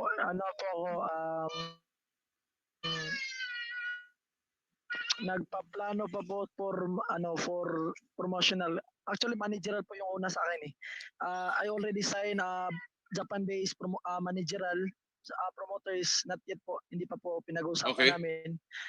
Inuna ko pa yung manager po. Sino tong? Yung sabi-sabi po nila na kay Ohashi po, di pa po yan sure po sir. Wala pa po yan sa ano. Kasi actually, kami sir, may nag-offer sa akin regarding Ohashi. Parang hindi ko po feel yung sa Ohashi gym kasi sir. Albert, alam natin na right now ang career mo is on the up and up. And obviously, may mga tinitingnan ka na mga kalaban. Mananatili ka ba sa super bantamweight at sino ba ang tinitingnan mo magiging gusto mo makasunod na kalaban? Unang-una sir, yun nung si Manuel Navarrete kasi sa super bantamweight ako. Gigil ako kay Navarrete sir eh. Gusto ko siyang labanan kasi subukan ko yung galing niya. Tapos may only 50-50% po na mamnalo tayo kay Navarrete. Basta pursige lang tayo mag-training at saka always tayo mag-training at disiplina sa sarili. Yun lang po sir. Tapos ngayon si Navarrete sir umakyat sa 126 pounds pero susundan ko pa rin siya kung saan yung sundan ko siya. Talagang inahabol mo si Navarrete ha. Ikaw naman KJ, kung ikaw tatanungin, sino ang gusto mo makalaban diyan sa super flyweight? Si Juan Francisco Estrada po. Francisco Estrada, naku mabigat yun ha. Oo. Una pa po. Yun po yung target ko. Kasi i-rest back yung si Milan. Gusto ko pong ipakita. Kasi feel ko sir, may chance talaga tayo kay Juan Francisco Estrada. Yung ano niya, yung style kasi niya sir, parang nakikita ko sir na malaki yung chance ako talaga sa kanya. Kaya okay. Ko lang sir, gusto ko. Okay, magandang layunin niyan at of course basta para sa bayan talagang malaki ang suporta ng lahat ng Pilipino. Now, bago tayo magtapos, alam ko marami kayong plano. Ngayon na ang plano ninyo ay hindi na kasama ang ala. Ano ba ang mamimiss nyo sa inyong mga araw sa ala as you go forward in your career? Albert, ano ang iyong hahanap-hanapin at sana kung magkakaroon ng pagkakataon yun din ang gawin sa iyo ng bago mong promoter at saka manager? Una sa lahat, parang gusto kong yung na-miss ko yung sa ala, yung parang family kami lahat. Nagsasabay kami lahat, family kami. Nagkatigiran ng gusto ko yung ala promotion kasi doon talaga ako lumaki na may disiplina sa sarili, tapos lahat sir tinuro nila sa akin ng kay Sir Antonio Aldeguer, yung manager namin. Alright. Well, ikaw KJ, what will you miss most? Anong mamimiss mo sa ala moving forward sa iyong career? KJ? Yung ano sir, so especially si Sir Ala sir kasi hindi ko na siya hindi na siya makikita sir. Si Sir Ala sir, na may mga coaches and most especially yung namin, yun yung na-miss ko talaga sir kasi alam ko sir, pagdating ng new chapter sa namin, sa boxing career namin, talagang iba-iba na po yung adjustin namin. Hindi na namin kabisado yung iba. Alright mga kaibigan, yan po ang ating panayam sa ala boxing, yung mga boksingero ng ala boxing gym, si Prince Albert Pagara at si KJ Cataraja. Yan po talaga namang makikita nyo ang pambihirang nagawa ng ala boxing gym para sa kanilang career. At again, saludo tayo kay Sir Tony Aldeguer at kay Sir Mike Aldeguer. Mga nakasama natin yan. Dati naggumawa tayo ng promotion, yung tinatawag nating rest back ba ang tawag doon? Rest back, oh. Alright, bago tayo magpatuloy, gusto po nating batiin lamang ng isang happy birthday. Yung kaklase ko, si Judge Marivic Trabajo. Happy birthday, Judge! And of course, si Nardi Madrasto. Ito po ay isa sa mga mahilig na fans ng basketball. Malaking tulong dito sa SBP. Nardi, happy birthday. Again, gusto ko pong batiin ng happy birthday si Yvette Ngo, ang asawa ni paring Elmer Ngo. And of course, belated happy birthday kay Maring Dines Regner. Good morning din kay June Posas, kay Aya Shazapanta. Good morning din sa iyo at sa lahat po na nakikinig sa atin. At this point, gusto natin po magpasalamat sa lahat ng mga tagapagtaguyod ng Power and Play. Unahin natin, of course, Big Boss Cement, Big Boss sa tatag, Big Boss sa tibay. Nandito na ang Big Boss Cement. Di basta matitipag, approve sa kalikasan at sobrang abot kaya. Maraming salamat sa kanilang Chief Company Innovator and President, si paring Engineer Gilbert Cruz. Maraming salamat po sa Big Boss Cement. Of course, maraming din po salamat sa Cherry Loom, ang yerong may aluminum. Basta may pangangailangan tayo sa tag-ulan, sa tag-araw, sa ating roofing needs. Cherry Loom lamang po ang ating puntahan. Available sa lahat ng leading hardware sa buong bansa. Cherry Loom ni paring Elmer Ngo. Maraming po salamat, paring Elmer. And of course, Elms Kapihan and Bar, Elms Resto Bar Group. Marami pong bagong mga putahe, lalong-lalo na si Ma'am Malu Yambao. Yung kanyang sinigang na sizzling corned beef. Naku, at saka of course, yan ang home of fried itik. Meron din silang party platters.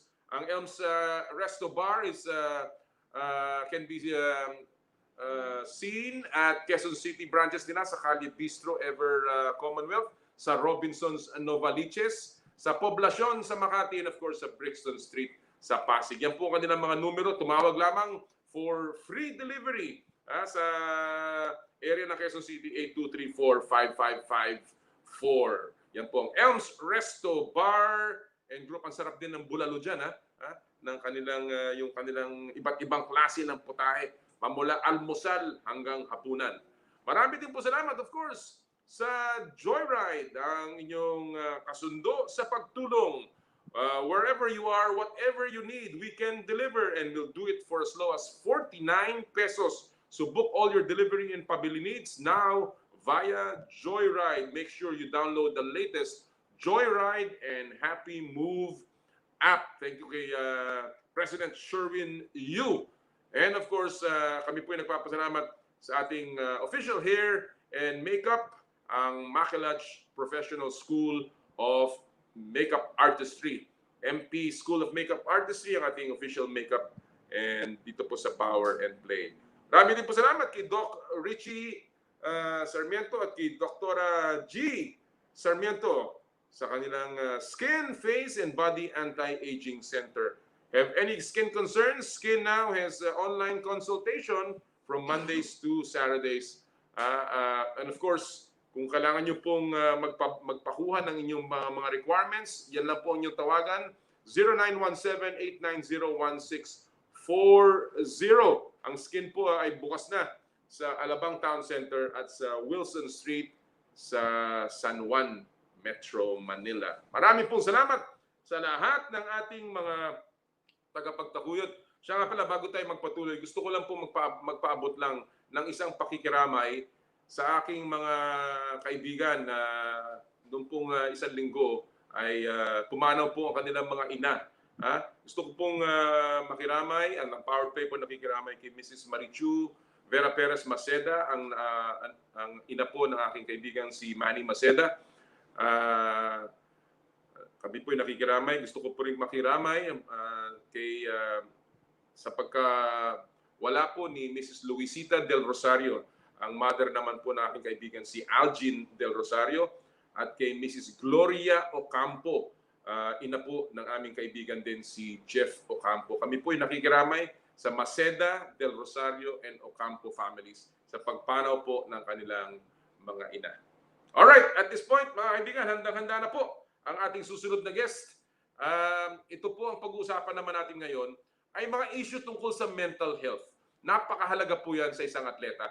At ang ating po makakapanayam ngayon, ang sports psychologist ng Philippine Sports Commission. Isa po siya dun sa Sports Psychology Unit ng PSC. Walang iba kundi si Dr. Rodel Canlas. Magandang umaga, Dr. Rodel.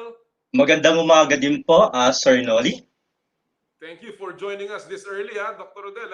Alam ko na busy-busy din kayo, lalong-lalo na sa panahon na to. Pero alam niyo po, itong mga panahon na to, doon po nakikita na, marami tayo nakikita ang mga issue, marami pong dumadaing na ang hirap na ikaw ay nasa loob lamang ng bahay, ikaw ang matagal nang naka-quarantine, o di kaya ay walang mapuntahan ng mga bata. And of course, a lot of that centers around the issue of mental health. But before I go to the specific topic of pandemics, alam naman natin ang mental health, Dr. Rodel, covers a lot of areas, no? Mga personality issues, mga athletic culture, yung mga environmental factors, including yung pag-respond sa mga injury at saka illnesses. But most common of which is yung mga mental health disorders, no? Na gusto ko pong tutukan ngayong araw pong ito, Dr. Rodel, no? Ang unang-una ko pong tanong sa inyo is, gaano po kahalaga ang mental health para po sa performance, na ma-maximize ang performance ng mga atleta?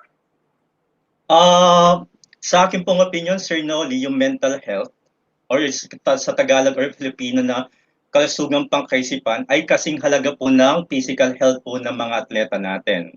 Okay? So kung yung pong atleta natin, kahit malakas, mabilis, skillful, pero may dinadamdam po sa emosyon at saka sa isip niya, hindi rin naman po siya makaka-perform at their peak.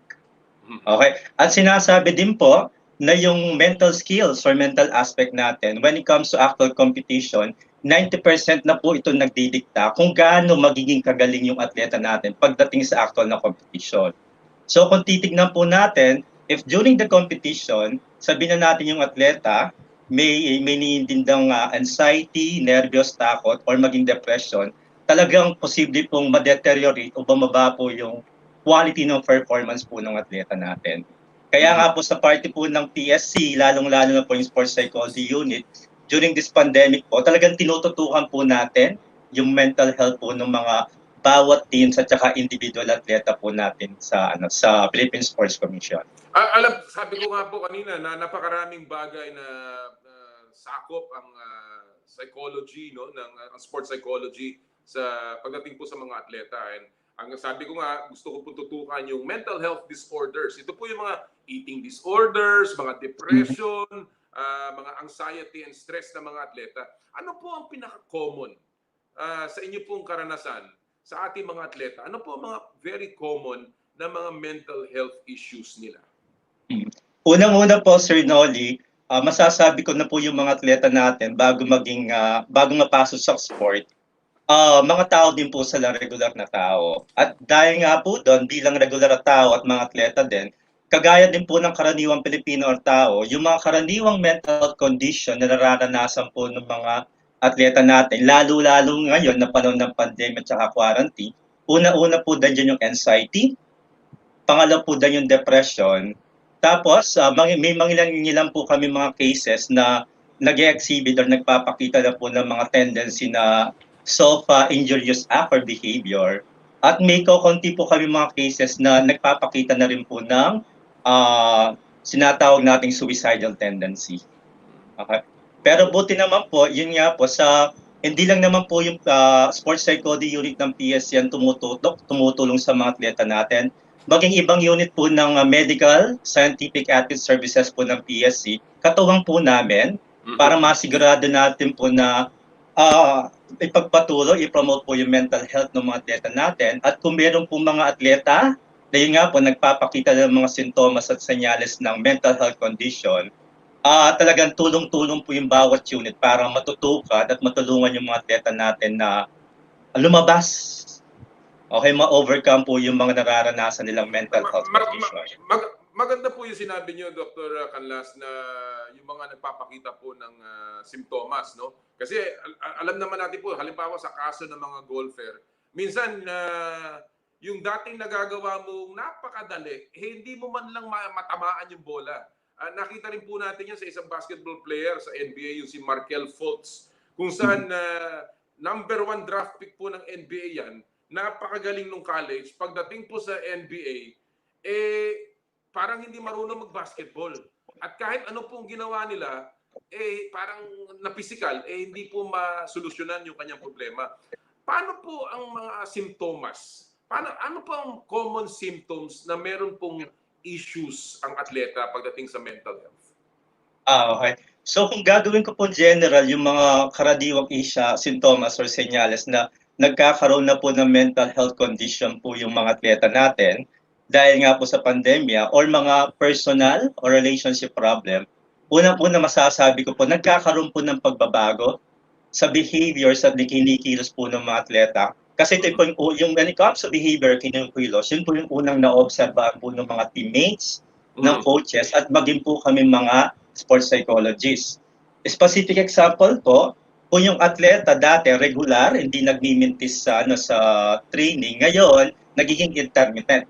Naging irregular po yung pag-attend ng training. When it comes to emotion naman po, kung dati masayahin, kung dati bibo, palabiro, ngayon, itong atleta natin parang nagiging malungkot. Behavior rin nagiging matahimik. Socially, parang nag-withdraw sa ibang atleta. Okay?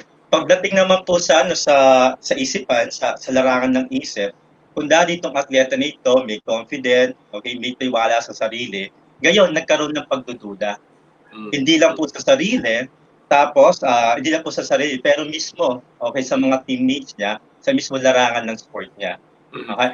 At pagdating naman po sa sports performance mismo or athletic performance, gaya po na nabanggit nyo, yung basketball player na binigyan nyo po na as example, ayun, kung dati, consistent, magaling yung atleta, how come ngayon, sumasablay po yung performance niya? Okay, ito ba, Doktor, kasi alam naman natin, minsan ang mga lalaki, lalong-lalo na mga male athletes, no, hindi po open sa pagsisiwalat ng kanilang emosyon, no? Lalo na yung mga tungkol sa pagkaisipan, no? Ito ba dapat ikahiya ng isang atleta? Ito ba ay dapat itago? Okay. Before po kasi, yun nga, may stigma po na pag nag-consult ka po sa psychologist or psychiatrist, yung tipong parang may, yun nga, yung maluwang yung tornilyo, may sira. Pero sa kabutihang palad po, makikita po natin ngayon na unti-unti yung public, general public, at maging yung mga atleta po natin, mas nagiging open na po sa pagsisought po ng mga mental or psychological services. At ang ibig sabihin po nun, wala pong dapat ikahiya yung mga tao at lalong-lalo na yung mga atleta natin when it comes to seeking psychological help or consultation. Okay. Sabi nga po nila, pagdating po sa panahon natin ngayon, pandemya, an abnormal reaction to abnormal situation is just but normal. Okay na, dahil nga po sa abrupt na pagbabago sa society natin, sa panahon natin, lalong-lalo na sa style of life po ng mga atleta natin, hindi maiwasan, okay na magkaroon po ng mga ganitong psychological na reaction. So, normal lang po. Ngayon ito pong panahon natin ngayon, ito pag-usapan natin itong pandemya, marami po sa ating mga atleta ay na quarantine, hindi po matagal po hindi nakapaglaro, matagal na hindi nakapag-train, may iba pa po dyan natatakot pa rin na lumabas dahil baka mahawahan. dahil meron silang pamilya. Ano po ang mga payo ninyo? Ano po ang dapat na gawin para sa mga atleta ngayon? Lalong-lalo na kung nagpaplano po ang isang liga katulad ng PBA o isang NSA po na gustong magsimula na mag-training. Ano po ang payo ninyo sa pag-aalaga po ng mga mental health issues ng ating atleta as we restart sports once again? Actually, Sir Noli, even for our interview at this point, marami na po mga psychologists, mga counselor na nagbibigay po ng advice patungkol po kung paano natin mapapangalagaan yung mental health natin sa loob ng bahay. Okay, nandiyan na po yung pag-stay sa routine, nandiyan na po yung pag-iwas sa too much news, okay, too much social media. Pero sa parte ko po, siguro yung ibang bagay or payo na may share ko po sa inyo, sa mga atleta, ngayon po na, I assume at this point na mas mayroon po silang panahon para sa sarili nila. Kunin na po nito itong pagkakataon ng panahon na ito na balikan po yung mga aspeto ng buhay nila na dahil sa pagpo-focus sa sport na isang tabi po nila. Okay? When I'm talking about po yung mga aspects sa buhay at sa sarili na, yung mga nakaraang hobbies, interest, mga passion nila, nalabas sa sport, pwede po nilang balikan, i-enjoy at saka i-develop po ngayon. Okay, tulad po nung tungkol sa sport, baka may interest sa music, baka may interest sa arts, baka may interest sa produkto. So kung magagawa po nila nito sa pagkakataon nito, habang naghihintay po sa pagbabalik ng training at regular games, meron po sila mapagkakabalan na ma-enjoy nila. At kung enjoy nila, okay, malilis po yung attention or isip nila sa mga negativities na meron po tayo ngayon sa kasalukuyan. Maganda hong payo yan, ha? Yung ika nga humanap ng isang bagay na talagang interesado ka. Medyo doon ka muna mag-focus para hindi masyadong ma-stress o maging anxious, ika nga, yung parang masyadong matagal ang paghihintay. And of course, yung tama po yung nasabi nyo, magandang payo din po yan, yung masyadong magbabasa ng mga negative na balita dahil ang dami po lumalabas sa social media. Hindi nga natin malaman kung ano na totoo at ano ang hindi. Kaya medyo umiwas tayo doon. Doktor, gusto ko lang po ito, isa pang issue to. No? Alam natin na halimbawa sa NBA, nagsimula po sila sa pamamagitan ng isang tinatawag na bubble. No? Yan nga yung naging issue dun sa Sorsogon. At ngayon yan po ang gustong simulan ng PBA. Itong tinatawag na bubble kung saan ang mga players po ay nasa isang lugar lamang, wala pong makakapasok doon sa kanilang bubble. Matagal silang nandun sa isang lugar para maglaro, mag-train at mag-compete. Yan ba ho magdudulot ng konting stress sa atin, sa mga atleta? I think so, Sir Noli, because nabagid nyo na po kanina or the beginning of our interview na nandiyan pa rin po yung takot, napaka nag-umpisa po ng training at nakasalamuha pa po yung ibang tao. Baka mawaan po ng COVID. Okay, so hindi po mawawala yung pangamba sa aspeto na yon. Kaya nga po sa tingin ko, sa parte po ng mga nag-organize po nitong bubble training na ito, yun nga, kailangan may sigurado po nila sa mga atleta nila na lahat po sa training grounds or venue, lahat po kontrolado. At kung kontrolado, safe, ligtas, at kung masisigurado po ng mga organizers na ligtas nga po yung magiging lugar for training, magbibigay dahilan po yung para sa mga atleta natin na magkaroon po ng kumpiyansa na nasa ligtas po silang lugar. Okay? At kung nandiyan po yung kumpiyansa na ligtas po yung lugar or training venue, ayun, I think makakapag-focus po yung mga atleta natin sa mismong training na walang pangamba. O kung wala mang pangamba, minimal na lang. Alam mo, well, before I let you go, Dr. Canlas, alam ko na busy ka pa rin naman. Pero ito po, alam niyo, one of the most famous athletes na naglabas itong usaping ito ay si Kevin Love ng NBA. Kung saan sabi niya, hindi po nakikita ng tao ang talagang pinagdadaanan ng isang atleta na napakabigat ng kanilang mga pinagdadaanan sa kanilang mga pag-train at paglaro dahil ang dami pa daw pong iba-ibang mga factors. Ang tanong ko po sa Pilipinas, and I'm sure marami pong atleta ang meron ding nararamdaman na ganyan. Have we done enough? Ito ba pong issue ng mental health ay napag-uusapan ng sapat para po ito ma-address? Or do you think that marami pong dapat gawin dito sa area na ito? Sa parte ko po, Sir Noli, at sa nakikita ko pong paraan ng pag-promote at pagbibigay ng psychological services among Filipino in general, kumbaga, papalipad pa lang po tayo. Kumbaga sa eroplano papalipad pa lang. At ang indikasyon po na yun na napakarami po nating kailangan gawin, kailangan i-deliver para makabigay po tayo ng sapat na psychological services or mental health services sa mga Pilipino. Okay? Hindi lang po sa mga cities, hindi lang po sa mga lungsod, pero lalong-lalo na po sa mga remote areas po ng Pilipinas na kung saan mas kukunti po yung mga mental health workers. Alright. Well, maganda po yan. Go ahead, sir. May mga batas na po tayo at may mga implementing guidelines kung paano po i-deliver yung mental health act na nasa batas na. Pero yun nga po, kailangan pa po ng mga organisasyon at sistema kung paano po natin ma-deliver. Okay, yung mga mental health services na in-impose po ng Mental Health Act para sa mga kababayan natin. At including na rin po dun yung mga atleta natin. Okay. Well, Dr. Canlas, very informative po itong umagang ito. Marami po tayong natutunan at sana nga po tuloy-tuloy pa nating matutukan itong bagay na to sapagkat sabi nga ninyo, napakahalaga ito sa performance ng isang atleta. Dr. Rodel Canlas, marami po salamat sa inyong panahon at sa pagpapaunlak sa Power and Play. Thank you din po, Sir Noli. Good morning po ulit. Good morning. Yan po mga kaibigan ng sports psychologist ng Philippine Sports Commission, si Dr. Rodel Canlas. Napakahalaga po yung topic na yan, mental health ng ating mga atleta. Dahil sabi nga natin, ang dami pong mga bagay-bagay sa sports psychology na nakaka-apekto sa performance. Alam niyo, overtraining, sleep disorder, lahat po yan ay mga parte ng mental health concerns ng isang atleta. Dapat lang tutukan talaga po yan para lalo pang gumaling ang ating performance. Alright mga kaibigan, at this point, we will take a news break.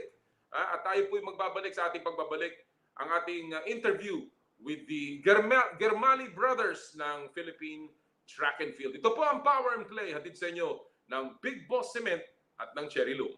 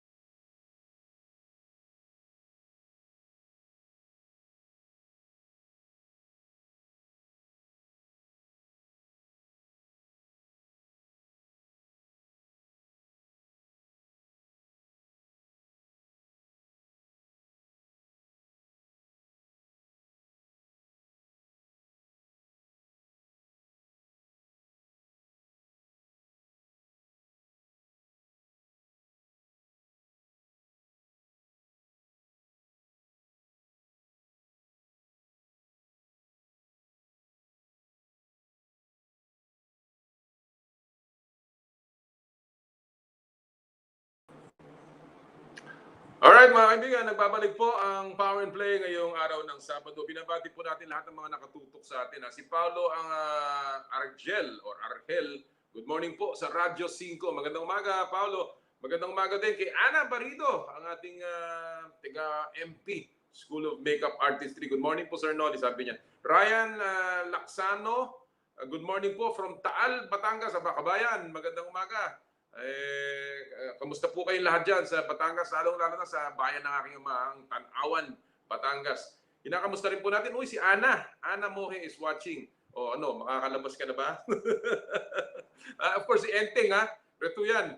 Sana gumaling ka na, Enteng, Okay. Magandang umaga din kay Alvin Teng. Nanonood po si Alvin, At saka, of course, si Ma'am Susan. Magandang umaga, Alvin and Ma'am Susan. And of course, si Erold Grimares. Good morning.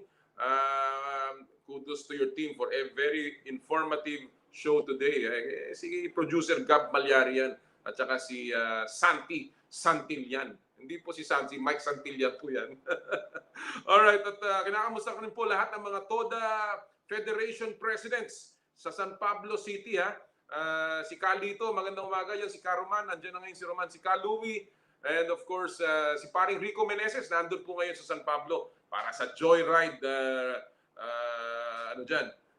registration at saka orientation. Magandang umaga po sa lahat ng mga TODA Federation Presidents and of course lahat ng mga presidente ng mga TODA dyan sa San Pablo City. At this point mga kaibigan, bago yan gusto ko pong balitaan kayo yung mga nakatutok sa NBA. Nanalo po sa Game 5 ang Denver Nuggets laban sa LA Clippers, 111-105. So 3-2 na yung score dyan. Tandaan nyo, Denver, last round, 3-1 din ang lamang sa kanila at hinabol nila ang Utah Jazz para makapasok sa semifinals. Ngayon, 3-2 na ang score. Nanalo po ang Denver. Sa kasalukuyan, mainit na ang bakbakan sa Game 7 ng Toronto-Boston. Panoorin nyo po yan sa Signal TV. At this point, gusto ko na po ipasok ang ating panayam with two new athletes na inyo pong maririnig sa mga susunod na taon for sure. Ito po ang Phil Moroccan Germali Brothers na ngayon po sila ang magiging bagong reinforcements ng Philippine track and field. Ito po ang aming panayam sa kanila.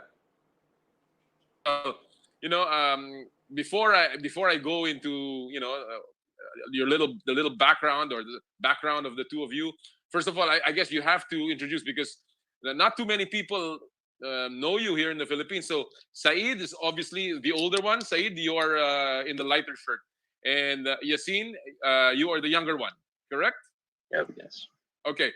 Are the two of you, do you have any other siblings in the family? Yeah, we have one younger sister back home right now in Portland. And yeah, her name's Sophia. So yeah, only one though. When you say she's back home, so you are based in Portland, but right now you are somewhere near home? Yeah, so we're in Washington right now, so it's only about 5 hours from Portland, but it's where we both are studying right now and training. So yeah, okay. Not too far from home. All right. When you talk, let's talk about your school. I understand, Said, that you are with the University of Portland. Yes, sir. Yes, I actually just finished over there, and I actually transferred to Gonzaga, but for my final year of grad school. But I was at University of Portland for the previous 4 years. Yes. And you just finished your course. What is your course, Said?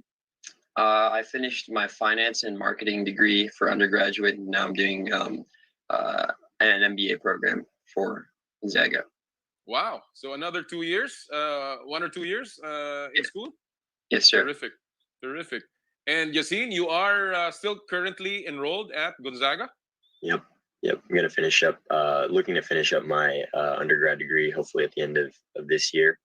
And then we'll move on to grad school from then. And when you talk about your school, did you also, because you studied in different schools, University of Portland and Gonzaga, did you actually run for these schools, these two schools of yours? Yes. Yes, Yep. sir. Okay, so let me give us a little bit of a background about your running career. When did you start running? Was this back when you were still in high school or elementary? I'll start with you first, Said.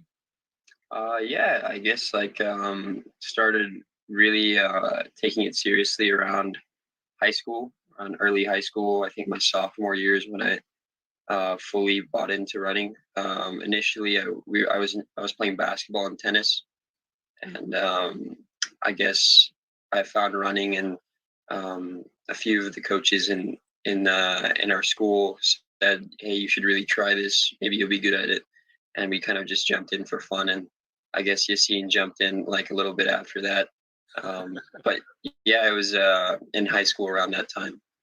Yassine, were you actually influenced by your brother's decision to take up running? Yeah, definitely not really early on, not right away. At least it definitely took me a while to get into it, but yeah, at a certain point, I just got into it. Like he said, at the beginning of high school, and we have cross country and track over here for our fall sports and spring sports. So it all started with cross country in our fall season. So and then ever since then, I think yeah, been loving it ever since.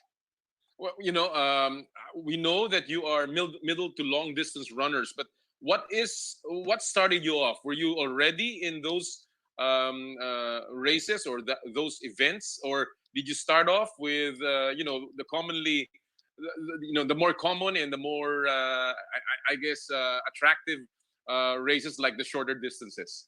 Yassine? Yeah, well, the good thing is that kind of moving from the high school to college level, like the races are pretty similar. So, you have the classic races like the mile, and then the 5,000 meters maybe, and then as moving into college, there's still those events offered and competing. There are a couple longer events, obviously, when you move into college, but that's So, competing there, I think to answer your question, yeah, we kind of did start in those events, and then some events got progressively longer as we moved into college. I understand that your father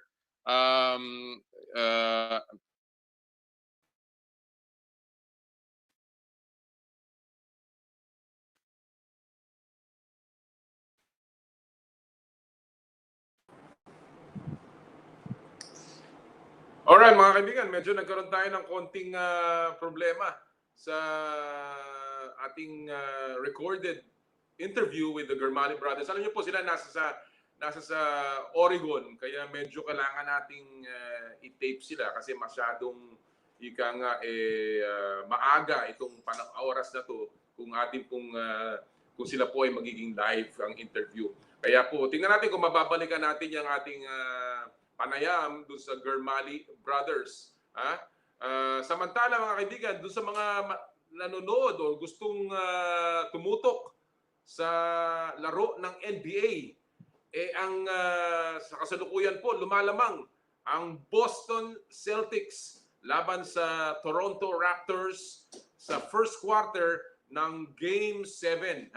Maganda ang pagpapasimula ng Celtics. Kanina dikit pero ngayon medyo umalagawa ng konti itong Boston Celtics. Sabi ko sa inyo, ako talagang gustong-gusto ko rin ang Toronto dahil last year talagang with the North tayo, no? Pero alam niyo po sa Game 7 at ngayon na nawala na si Kawhi, ibang-iba na po ang itsura ng laro ng Toronto. At syempre tututukan na diyan ng depensa yung kanilang mga star katulad ni Kyle Lowry at saka ni Pascal Siakam. Maganda pareho po ang depensa nitong dalawang teams na to, ang Boston at saka ang Toronto. Kaya po aking basihan lamang sa aking pagpili, mas marami pong go-to, yung pong pwedeng puntahan ng bola, lalong-lalo na sa mga mahihirap na oras ng laro, ang Boston. Nandyan po yung kanilang all-star na si Jason Tatum, na talagang batang-bata pa lamang napakaganda na nilalaro. And of course, nandun din si Jaylen Brown. Kaya po medyo tingin ko magiging madikit ito. Hindi to lalaki masyadong lamang, pero magiging napakadikit itong laban ng Game 7 ng Eastern Conference Semifinals. Ang mananalo po nito ay haharapin ang number 5 seed na Miami Heat na tinalo ang Milwaukee Bucks. Alright, tingnan natin kung mababalikan po natin ang ating panayam with the Garmali brothers, Said and Yasin Garmali, ang mga reinforcements ng Philippine Track and Field sa ilang sandali. Samantala tayo po yung magbe-break, babalik pa po ang Power and Play.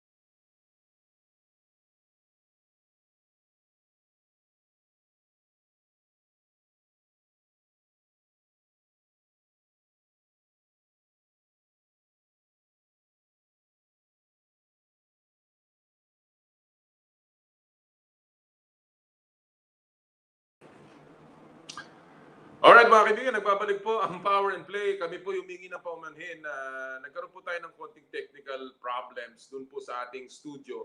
Alam niyo po dito sa ating panahon ngayon, ako po ay nagbo-broadcast mula sa ating tahanan. At ito po ay binabato sa studio natin sa Radyo 5. Pero medyo minsan nagkakaroon tayo ng issue kung hindi man dito sa aming area, kung hindi po minsan naman dun sa area naman ng ating istasyon.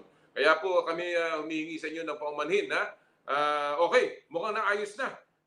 Tingnan natin. Balikan po natin ang interview natin with Said and Yasin Garmali.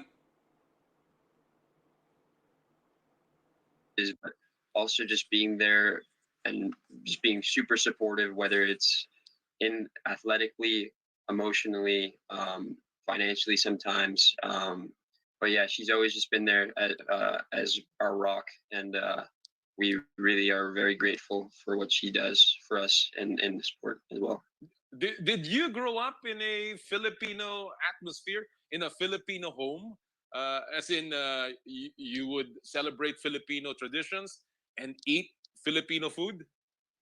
Oh, definitely, yeah. Absolutely. I think you already mentioned that our dad was from Morocco, so we had a great mix of both, I would say. But obviously with our grandparents and our mom being in the United States, and then even more family, all across the Portland area, New Mexico, where we grew up a little bit, California. We've definitely had a lot of exposure to Filipino tradition. Food. We're always trying to eat food. And, so what are your favorite dishes, guys? Said? That's a tough one. I think it depends on my mood for sure, but I love lumpia. I love pancit. Chicken adobo is really good. I think one that's like a little bit more on the niche side, but I love sinigang. Sinigang. All right. Super good. Yasin, Yeah. I mean, do you he share the basically, same dishes? he basically said all of them. So, What about lechon? Lechon. which one was that one? Do you know lechon? Yeah, I guess because of athletic, we don't eat it, but it looks really good. So Well, it's suckling pig, but that's not good for runners. I Yeah. guess that's why your parents never fed you that. But have you ever been to the Philippines? I actually have. I went for the first time last September. All right. Yeah, you mean last year? Yes, last year. All right. What about you, Yasin? Have you been to the No, Philippines? I actually did not join him then. Mhm. He was competing at the national championship, and I was still back here. I was nursing a little bit of an injury, but Right, right. yeah, no, I'm looking forward to going there at some point very soon. Oh, well, okay. Let's go straight to the now to the point about the news that came out here. Of course, the news that came out a couple of days ago was that the PATAFA, the Philippine Track and Field Federation, has recruited the two of you to be part of the national team, and you will be beefing up the track and field team come the future Southeast Asian Games and even some continental meets. First of all, I get it from Mr. Popoy Huico himself, the president of PATAFA, that your papers are still, of course, in the process, in the works. He said that you have not actually completely completed the requirements. But let me ask you guys: is this part of the plan that you will be running for the Philippines? Yeah, definitely, definitely. Moving towards the international competitions upcoming in the 2021 and moving forward. I think it's definitely our plan. How did this come about, Said? Who recruited you? Who saw you? And how did you make your way to the PATAFA? I guess like from it was really it was really just I guess when thinking about like certain dreams and goals such as competing in a world championship or Olympic games. I think we had great pride for both our cultures, being American, being Filipino, being Moroccan, and I thought it was going to be a really good like thing to see like Filipino development in the distance running and the middle distance running. I guess that's something that is still brand new in the Philippines, and I thought it was an exciting challenge for the both of us to try to build that up. And I think from then on, we started to seek that out and started to try to explore these options and explore these things with the Philippines. And from that aspect, we kind of tried to find the Philippines and first, and then it just became like a really good relationship. And so far we're loving it. So, in other words, the initiative really came from you.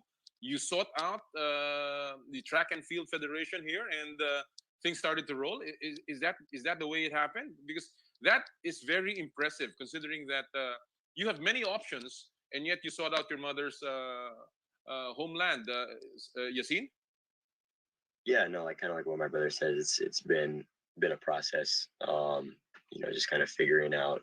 First of all, like were we able to even do it in the first place? I mean, obviously as American citizens, but then now we found out we were dual citizens, and then from there getting more contacts, and then going from there. So yeah, it's just been a process, but and I think both sides have obviously the PATAFA has done a great job of trying to help us out and Yeah. get things rolling, and then we're trying to do our best on our end. But yeah, it's just been a process.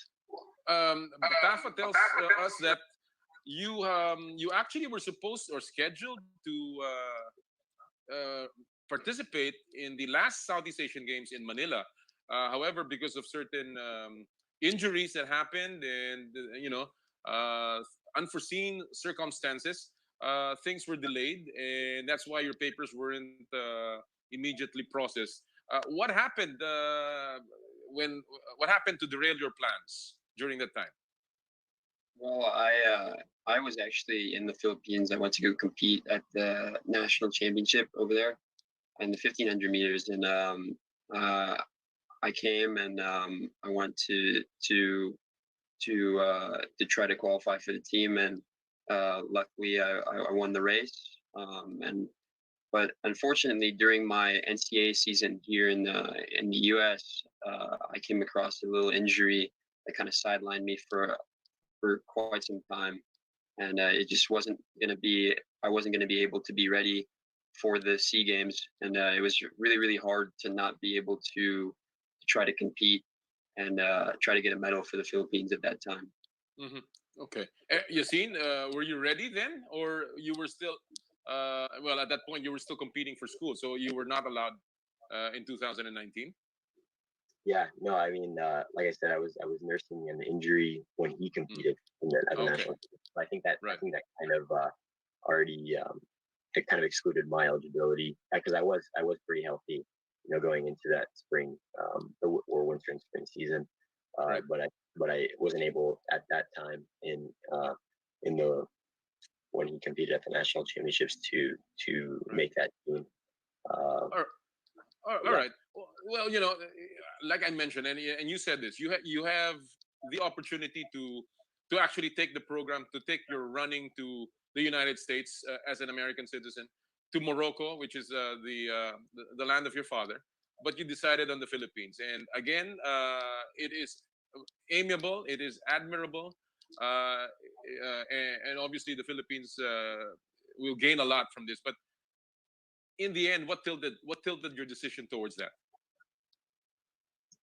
I guess like what tilted my decision towards it was it all went back to I guess being around the culture in our house, like with our mom, our grandparents, and we get to see them a lot more and get to immerse ourselves more in Filipino culture because most of our father's family is still in Morocco or in Europe and stuff like this. So we don't get to see them as much, but we really got to see how beautiful the culture is and how beautiful the country is, and seeing different role models such as like Manny Pacquiao and stuff like that, and also hearing about like our grandfather's history and our grandfather's brother's history in like cycling, and I kind of just got the ball rolling to say, hey, like this would be really cool to also represent the Philippines at a national level and an international level in the sport of track and field. Well, currently your time, when you look at your time, your personal best in the your favorite events, uh, most of your times have already broken a lot of records here in this part of the world. For instance, if you look at your, I guess your personal best in the 1500 meters, Said, it is 354.26. That's correct, right? And Yassine's is 348.91. The Sea Games record is 4 minutes and 6. So at this point, you are already surpassing the time, not only to qualify but to break the record. But so let me ask you, as part of self-assessment, and obviously you're still young and you can still improve.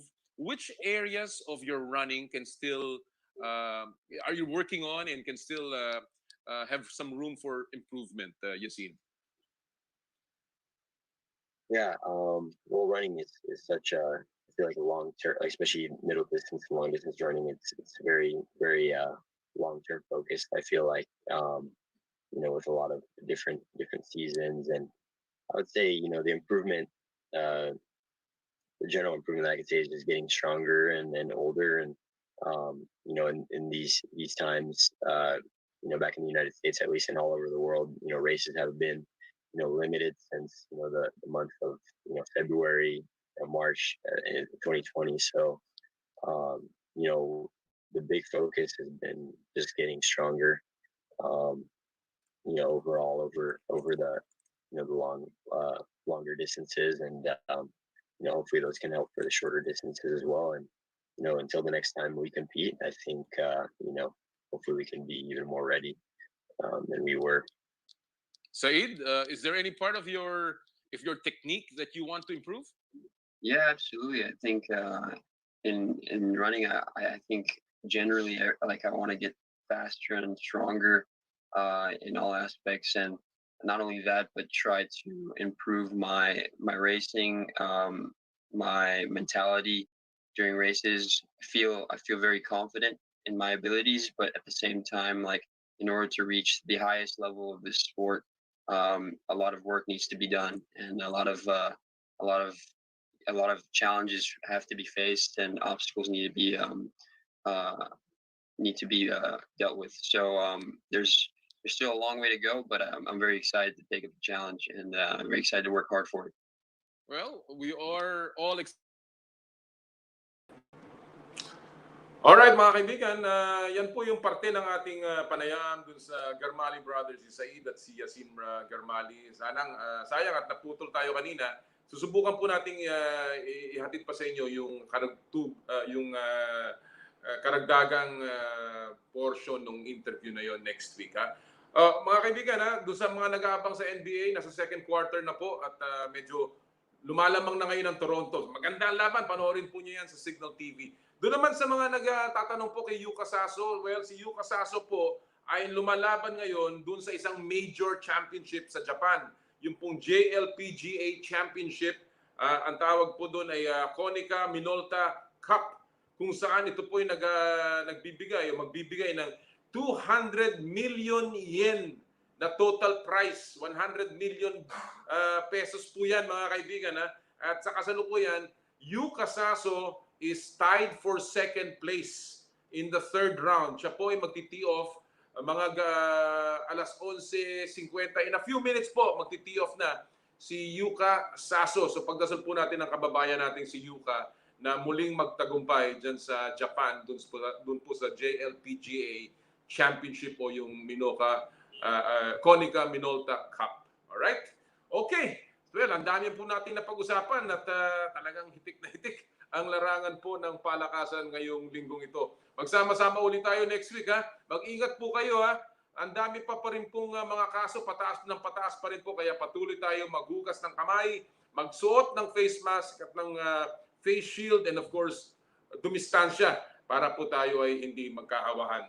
Lagi po natin sinasabi, pag Sabado, relax at bawal ang masungit. At sa lahat po ng ating gawain, Ad Maiorem Dei Gloriam, all for the greater glory of God. Happy Sports Weekend, mga kapatid!